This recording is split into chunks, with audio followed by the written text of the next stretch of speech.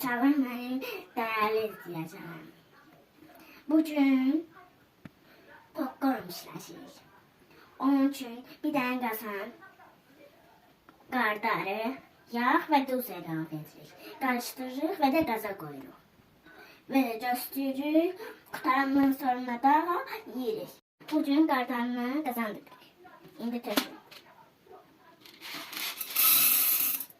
Duzu tekrar. Şimdi yağ tekrar.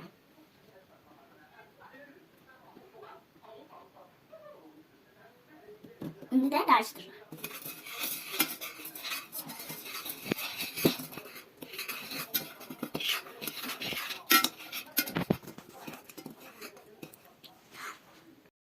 Götürürük. Bakalım. Şimdi bırakıyoruz. Popcornumuzu oradadı. İndi meyve davranışı. Onu ye.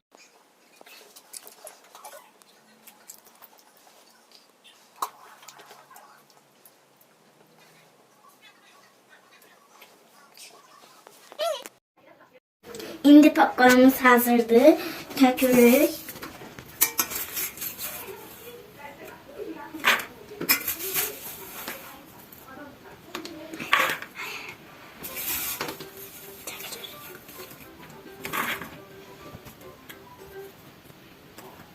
İndi yeyirik.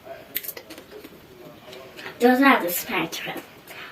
Kanalımıza abone olmayı unutmayın. Sağ olun.